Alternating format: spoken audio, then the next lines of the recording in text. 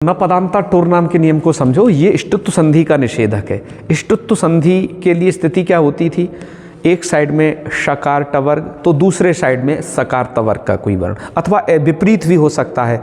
एक साइड में यदि शकार तवर्ग हो तो दूसरे साइड में शकार टवर्ग रह सकता है, लेकिन होता हमेशा वही था, शकार तवर्ग को शकार टवर्ग। ये वाला नियम क्या कहता है, ये वाला कहता है यदि पदांत टवर्ग होगा पूर्व में, उससे परे सकार तवर्ग हुआ तो वो इष्टुत्व नहीं होगा। फिर उसे बात समझ में आ गई, ये आपने थ्योरी समझी। पर ये नियम कहाँ नहीं लगेगा, न पदांता टोह अनाम, नाम को छोड़ करके ये प्रवृत्त होगा। मतलब नाम शब्द यदि है, नाम यदि परे है तब ये निषेध काम नहीं करेगा। नाम शब्द के परे रहते तब ये निषेध काम नहीं करेगा। अब इनके उदाहरणों को देख लेते हैं जहाँ जहाँ पर है।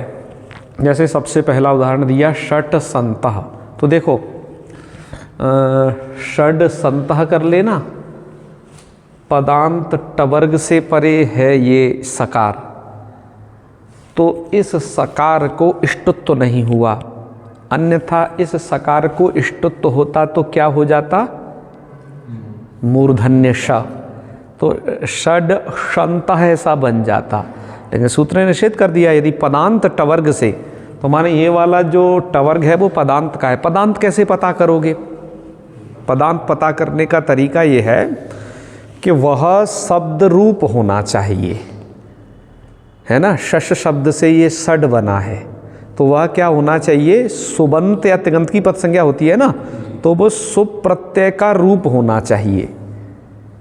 तो ये षट प्रथमा विभक्ति का या द्वितीय विभक्ति का रूप समझ लो, है। ये प्रथमा का प्रथमा में बनेगा क्योंकि यहाँ संतः आगे परे है ना, इसलिए इसका मतलब है छह सज्जन, षड संतः। तो भाई पदांत टवर्ग से परे सकार मिला, उसको इष्टत्व नहीं हुआ, बल्कि आगे जो चर्तु संधि वाला नियम है उससे इस डकार को टकार हो गया। चर्तु संधि वाला नियम में आगे एक्सप्लेन करूंगा, ठीक है। दूसरा उदाहरण देखिए, षड ते के वे छः, तो षड ये पदांत टवर्ग का अक्षर है और उधर है ते का तकार। यदि इस नियम ने निषेध कर दिया कि पदांत टवर्ग से परे जब तवर्ग मिले तो इष्टुत्व ना हो, यदि ये निषेध नहीं होता तो ते को क्या हो जाता, टा, मतलब षट्टे ऐसा बन सकता था, लेकिन नहीं बनेगा, बल्कि वो इष्टुत्व वो चर्त वाला काम हो करके षट ते ऐसा बनेगा। दूसरा उदाहरण देखिए, यहाँ पर एक दे रहे हैं कि भाई एक बात बताओ, ये दो उदाहरण से इन्होंने स्पष्ट किया इस बात को। फिर आगे कुछ प्रत्यय उदाहरण दिए कि पदांतात के, कहा कि इस सूत्र में ये क्यों कह रहे हो कि वो पदांत टवर्ग ही होना चाहिए, सिंपल टवर्ग नहीं चलेगा क्या, सिंपल टवर्ग से परे मिल जाए। पदांत टवर्ग क्या जरूरी है का, कि हाँ जी पदांत टवर्ग जरूरी है, अन्यथा क्या होता, ईड प्लस ते। अब ये जो धातु का रूप है, पद का यहाँ पर पद है पूरा ईड ते, और पद के अंत में है ए, जैसे आप पढ़ते हो ना ए धते, तो वो जो है धातु का रूप होता है ते।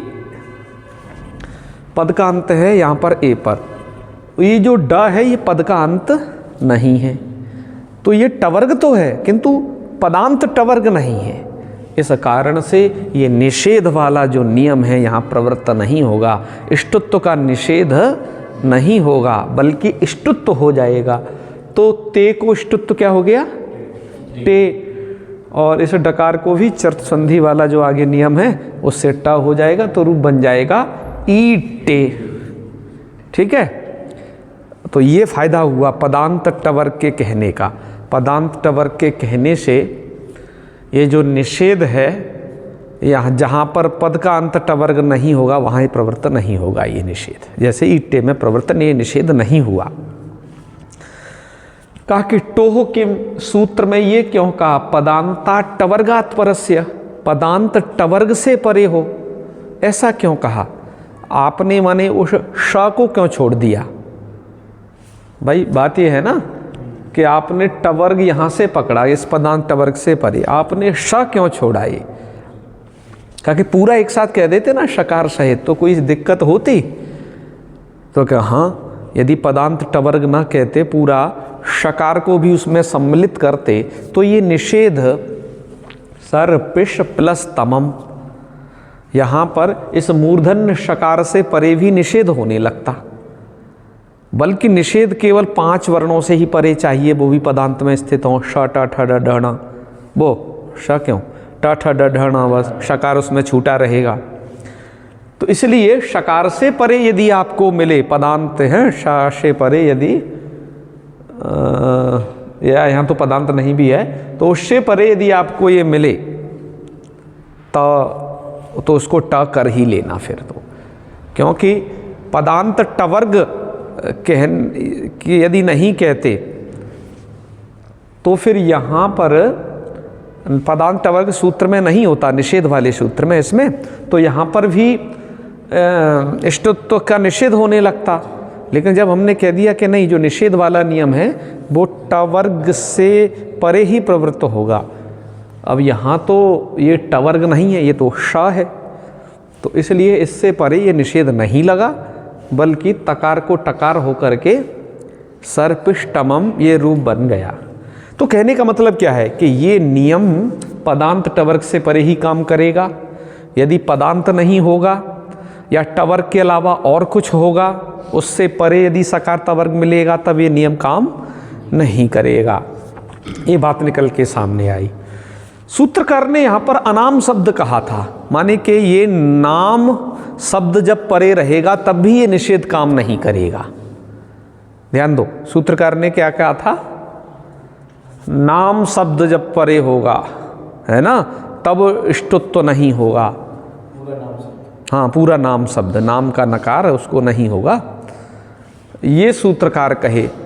वार्तिकार कहे कि देखो, सूत्रकार जो कह रहे हैं वो थोड़ा कम कह रहे हैं, उन्हें नाम की बजाय कुछ और शब्द और जोड़ लेने चाहिए। उन्होंने कहा अनाम नवति नगरीणामिति वाच्यम, कहा कि यह जो निषेध है, निषेध का मतलब न पदांता टोर नाम, ये जो निषेध है, ये निषेध नाम शब्द के अलावा नवति नगरी इनमें न लगे। ये 2 शब्द और ऐड कर लो, इनमें भी न लगे, तो स्थिति क्या होगी? षड प्लस नाम। ठीक है। अब यहाँ षड नाम में एक साइड देख रहे हो शकार टवर्ग है, दूसरी साइड देख रहे हो नाम का ना है। ठीक है, ये नाम शब्द का ना है। अब इस सूत्र को यदि देखा जाता, पदांत टवर्ग से परे सकार टवर्ग को इष्टत्व निषेध करता, लेकिन सूत्र में कहा है नाम शब्द परे हो तब नहीं मैं लगूंगा, तब वो इष्टत्व निषेध नहीं करेगा। तो देखो, नाम शब्द परे है ना, इधर ध्यान दे प्रभात, नाम शब्द परे है ना, तो इसलिए नाम शब्द के परे रहते ये इष्टत्व निषेध यहाँ प्रवृत्त नहीं हुआ। ठीक, नहीं प्रवृत्त हुआ, इससे क्या हुआ? इष्टत्व हो ही गया। इष्टत्व हो गया तो ना को इष्टत्व क्या हो जाएगा? तो स्थिति हो गई षड नाम, इष्टत्व वाला काम हो गया ना इतना, षड नाम। आगे एक सूत्र आप पढ़ोगे, यरो नुनाशिके नुनाशिको वा, ये वाला जस्ट इसके बाद ही है, इष्टत्व संधि के बाद। इस सूत्र से बस ये डा को भी णा बदल गया है, डा को भी क्या हो गया है? णा। पर वो ये वाला इष्टत्व संधि से नहीं बदला है डा, इष्टत्व संधि से केवल ना को णा बदला है, ये ध्यान रखना। और ये तो यहाँ पर आगे जाके अनुनाशिक अनुनासिको वा से अनुनासिक संधि होगी, उससे ये बदला है, इसलिए मैंने सूत्र भी निर्दिष्ट कर दिया है। ठीक है, तो रूप क्या बन जाएगा? षड नाम। और वार्तिकार तो ये कहे थे कि जी न पदांता टोर नाम, ये जो निषेध है नाम शब्द के परे रहते ही नहीं, बल्कि यह जो निषेध है नवति और नगरी के परे रहते भी ये काम नहीं करेगा। तो षड नवति, षड नवति में ये निषेध नहीं लगा है, ये जो निषेध है पदना पदांता टोर नाम का ये निषेध नहीं लगा। निषेध नहीं लगा माने कि इष्टत्व हो गया। निषेध नहीं लगना का मतलब क्या है? क्योंकि वो इष्टत्व ही का तो निषेध है, इष्टत्व निषेध नहीं हुआ मतलब इष्टत्व हो गया। इष्टत्व हो जाएगा तो षड नवति, इष्टत्व क्या हुआ यहाँ बताओ?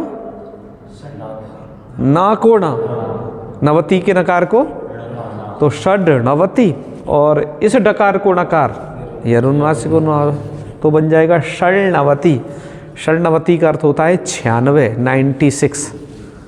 ठीक है, हाँ। षड प्लस नगर्य, यहाँ पर भी पदांत टवर्ग है, इससे परे नकार मिल रहा है, लेकिन वार्तिकार ने कह दिया कि नहीं, ये जो निषेध है नगरी शब्द के परे रहते भी नहीं लगेगा। जब निषेध नहीं लगेगा का मतलब है कि इष्टुत्व होगा, तो इष्टुत्व हो जाएगा। तो षड नगर्य नाकोणा, और इस वाले डाकोणा किससे हो जाएगा? यरो नुनासिके नुनासिको वासे, तो क्या रूप बन जाएगा? षण्णगर्य। तो माने आपने अब इसका कंक्लूजन, निष्कर्ष समझिए, इष्टुत्व संधि का निषेध कहाँ होगा? यदि पदांत टवर्ग से परे सकार तवर्ग मिलेगा तो। पर ये निषेध काम नहीं करेगा नाम नवती नगरी शब्दों के परे रहते, अर्थात वहाँ तो इष्टुत्व हो ही जाएगा। यही तो निष्कर्ष निकला। पर ध्यान रहे, वो पदांत और टवर्ग जरूर हो, पदांत टवर्ग हो, तभी उससे परे यदि सकार तवर्ग मिलता है तो वो निषेध हो जाएगा उसे। ये बात ध्यान में रहे। इसके बाद इष्टुत्व संधि का एक छोटा सा निषेध और कहा, तो होशी। क्या नियम है? तो हो में षष्ठी है, सी में सप्तमी है, तो इसलिए तवर्गस्य शकारे परे, तवर्ग से जब शकार मूर्धन शकार परे मिलेगा तो इष्टुत्व नहीं होगा। इसमें नॉर्मल शर्त है, कोई पदांत दांत का कोई झगड़ा नहीं है। तवर्ग से परे, जैसे सन प्लस षष्ठ, तो तवर्ग का वर्ण है न, तवर्ग का वर्ण कौन है? उससे परे शकार मिल रहा है कि नहीं मूर्धन ने, तो इष्टुत्व नहीं हुआ। तो क्या बन गया? बस ऐसा ही मिला, तो संष्ठा, और भी कोई संधि नहीं हुई, वो चर्त अर्थ तो कुछ भी ना हुआ। ठीक है, तो ये आपने इष्टुत्व संधि को पूर्ण रूपेण पढ़ लिया। इसके पश्चात मैं कल आपको जस्तु संधि पढ़ाऊंगा। ठीक है, और एक संधि और है आगे, उसे भी आपको मैं पढ़ाऊंगा। जस्तु संधि है या अनुनासिक संधि है, इन संधियों को मैं आपको इसके पश्चात पढ़ाऊंगा। बड़ी ही महत्वपूर्ण संधि है ये हल संधि की, इन्हें जान लेना चाहिए। ठीक है, तो बच्चों आज का पाठ हम यहीं करते हैं विराम। तो आप अब रुकिए नहीं, आप पढ़ते रहिए रोज़ रोज़। ठीक है, थोड़ा थोड़ा करके पढ़िए, आप इसे कम्प्लीटली समझ लेंगे। और जिनको इन संधियों को समझने में दिक्कत हो रही है वो अलग से कभी भी समय ले लें। और आज हम इनका आपको अभ्यास भी भेज देंगे, उस अभ्यास को ज़रूर करें, क्योंकि उस अभ्यास को करने से आपकी और उस विषय में क्लियरिटी होती है कि कहीं दिक्कत तो नहीं रह गई है। अभ्यास करने से ही पता चलता है कि नहीं हमने ये संधि समझी है कि नहीं। तो आप उस अभ्यास को किए रहना। और हमने आपको बता दिया आपको 4 दिन और पढ़ाएंगे बस, उसके बाद आप अपने एग्ज़ाम की तैयारी करना। उसके बाद कब मिलेंगे वो भी डेट आपको बता दी है। और जहाँ किसी भी चीज़ को समझने में दिक्कत होती है व्याकरण में, वो आप कभी भी समय लेकर के समझ लेना है। समझ गए? और साथ में ही व्याकरण को अवश्य पढ़ते रहें, निरंतर तरीके से पढ़ें। हम जिस तरीके से पढ़ा रहे हैं इससे ही समझ में आता है वस्तुतः। और बहुत सारे तरीके हैं, लेकिन एक तरीका ये सुगम है, ये सरल है, इससे तुम समझ पाओगे। बस आपको निरंतरता ध्यान में रखनी है। आप निरंतर पढ़ाएंगे, वो पढ़ेंगे, तो हम आपके लिए निरंतर पढ़ाने के लिए बिल्कुल सन्नद्ध हैं। और एक बात फिर समझ लेना, मैंने शुरुआत में कही थी, फिर मैं कह रहा हूँ, जिसने संधि समझ ली व्याकरण समझ जाएगा, संधि नहीं समझा व्याकरण जिंदगी में नहीं समझ पाएगा। माने कि यही संधि प्रथम दुर्ग, पहला दुर्ग है जिसे पार करना है। ठीक है, और आपने मतलब यदि यहाँ तक समझ लिया है तो फिर आपकी आगे समझ बहुत क्लियर हो जाएगी। अब बहुत ज़्यादा नहीं बचा। ठीक है, तो हम आपको इष्टत्व संधि का अभ्यास देंगे, उसे आप करिएगा, आपकी और क्लियर हो जाएंगे। उसमें निषेध वगैरह सब सम्मिलित रहेगा, आपको चेक कर लेना है कहाँ ये लगाएं। निषेध वाली 2 सूत्रों पर ध्यान रखना बस। ठीक है, चलो तो फिर है। हर हर महादेव।